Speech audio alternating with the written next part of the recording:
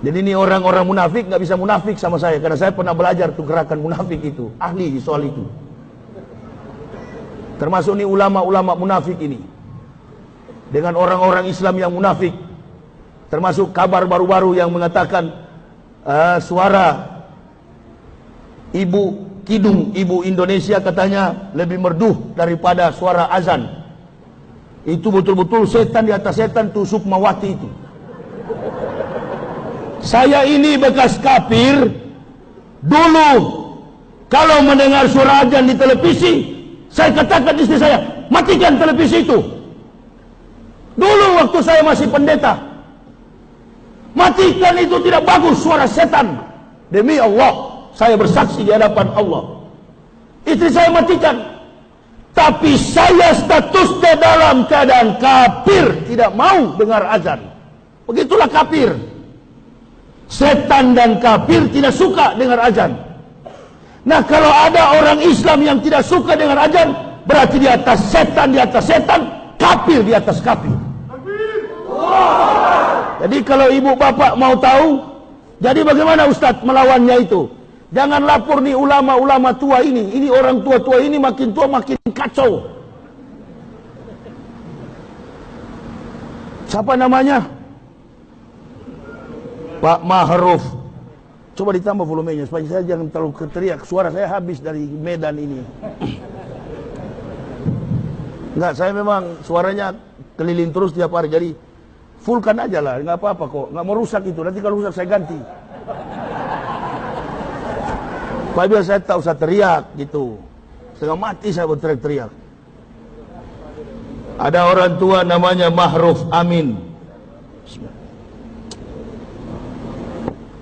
Katanya Sukmawati tidak menista agama. Ini kemarin saya ceramah di tebing tinggi juga begitu.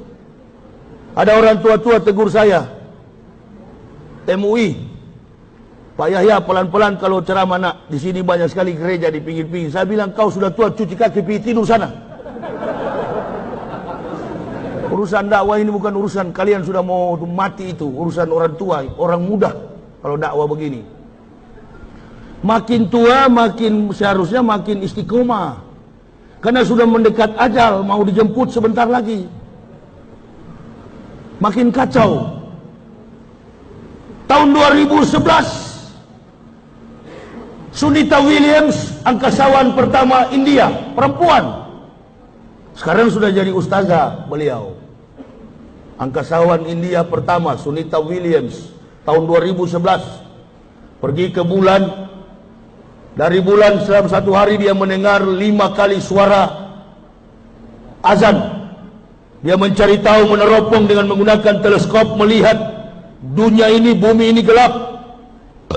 Hanya 2 kota yang bercahaya, Makkah dan Madinah. Dan dia mencari tahu sumber suara itu. Itulah hayyalus salah, hayya 'alal falah. Marilah kita solat, mari kita tegakkan solat. Azan tembus sampai ke bulan. Pengakuan beliau, tidak ada frekuensi suara dari bumi menembus langit. Tapi dalam satu hari 5 kali suara menembus bulan dari bumi. Suara apa itu? Suara azan. Tanya sama Sukmawati itu, apakah kidung ibu Indonesia sampai ke bulan? Kasihan. Makanya kalau nggak tahu Islam, belajar, goblok. Memangnya Islam itu cuma label.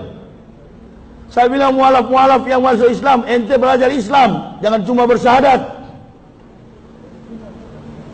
Bukan cuma belajar, tegakkan Islam ini. Kau sudah diberi petunjuk, tegakkan dengan tidak pernah mengenal lelah, dengan tidak pernah mengenal takut. Sampaikan kebenaran itu, kulil haq walau kana muron. Katakan kebenaran itu sekalipun pahit. Nah, ketika Rasulullah menyatakan itu, berarti menunjukkan bahwa Islam ini bukan di bawah Nabi Muhammad.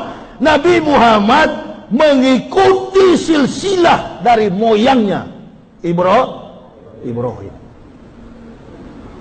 Orang Kristen juga pakai kata Ibrahim, tapi dia robah Abraham. Kalau penulisan bahasa Yahudi bukan Abraham, Afraham. Karena penulisannya begini, kalau B dia begini, baru dia ada bulat di bawah begini, baru titik, itu B. Kalau tidak pakai titik, C. Afraham. Jadi kalau saya menulis Ibrani dari kanan ke kiri, Hijaiyah juga dari kanan ke kiri. Sama, abjadnya pun hampir sama. Kalau orang tidak tahu, akan menunjukkan bahwa bahasa yang paling dekat dengan bahasa Arab adalah bahasa Ibrani, Yahudi. Tapi bukan bahasa itu yang dipakai oleh Nabi Isa. Nabi Isa tidak menggunakan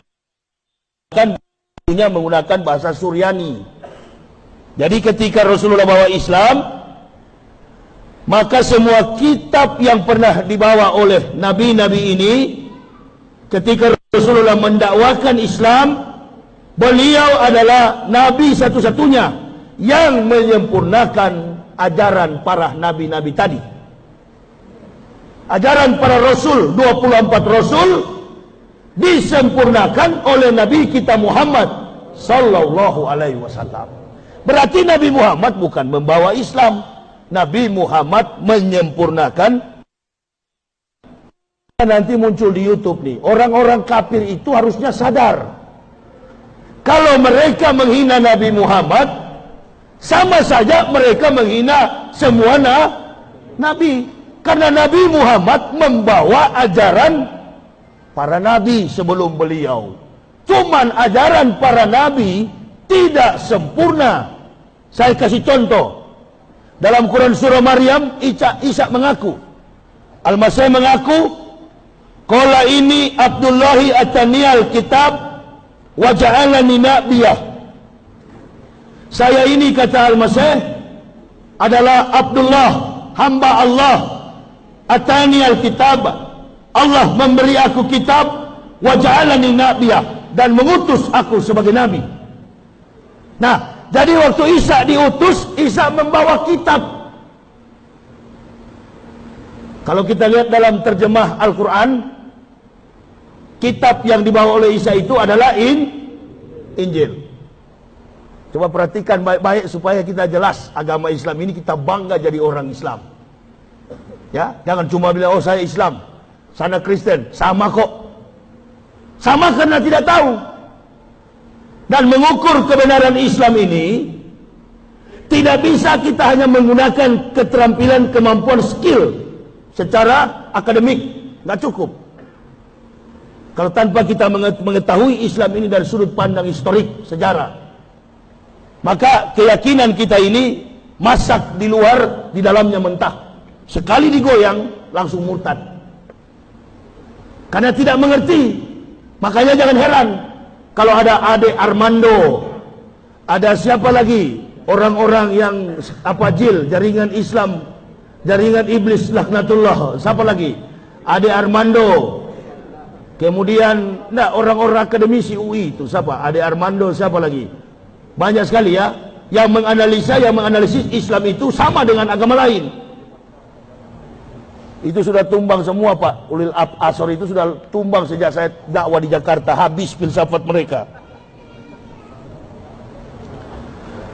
Jadi ketika Nabi Isa datang itu, dia membawa kitab. Kitab namanya Injil. Jamaah perhatikan dengan baik. Injil yang dibawa oleh Nabi Isa itu bukan Injil dalam bentuk buku. Bukan Injil dalam bentuk kitab. Injil dalam bentuk kata-kata. Makanya ketika Isa diangkat oleh Allah di langit yang keempat sampai hari ini, ada enggak pendeta satu orang saja yang bisa membuktikan kitab Injil? Kalau memang Isa pernah bawa kitab dalam bentuk buku, jangan kita mengidentikan ketika mendengar kitab, pikiran kita buku. Kitab suci Al-Quran, buku. Tapi yang sebenarnya mushaf, Su'ub Ibrahim. Kemudian dari kitab Ibrahim ini, Allah turunkan lembar kitab Taurat Musa. Malam keberapa? Malam ke-6 Ramadan. Karena semua firman yang diturunkan Allah kepada para nabi terjadi selalu pada malam-malam Ramadan.